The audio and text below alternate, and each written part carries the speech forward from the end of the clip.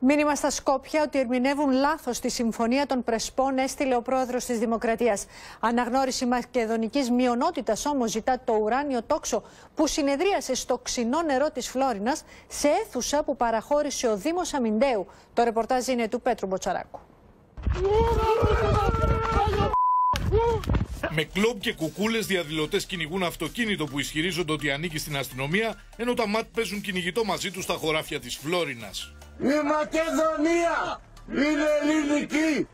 Αλήτες, προδότες, αστυνομικοί! Οι συγκεκριμένοι διαδηλωτές αυτοαποκαλούνται Ιερός Λόχος, έφεδροι που ήθελαν να πάνε στο ξινό νερό για να διαμαρτυρηθούν έξω από το συνέδριο του ουράνιου τόξου, το οποίο ζητά αναγνώριση μακεδονικής μειονότητας στην Ελλάδα. Σε γνωρίζω από την όψη που με διάβετρα τη γη. Το ουράνιο τόξο ζητά και αναγνώριση της στέγης μακεδονικού πολιτισμού, η οποία διοργανώνει εκδηλώσεις για την υποτιθέμενη μειονότητά τους.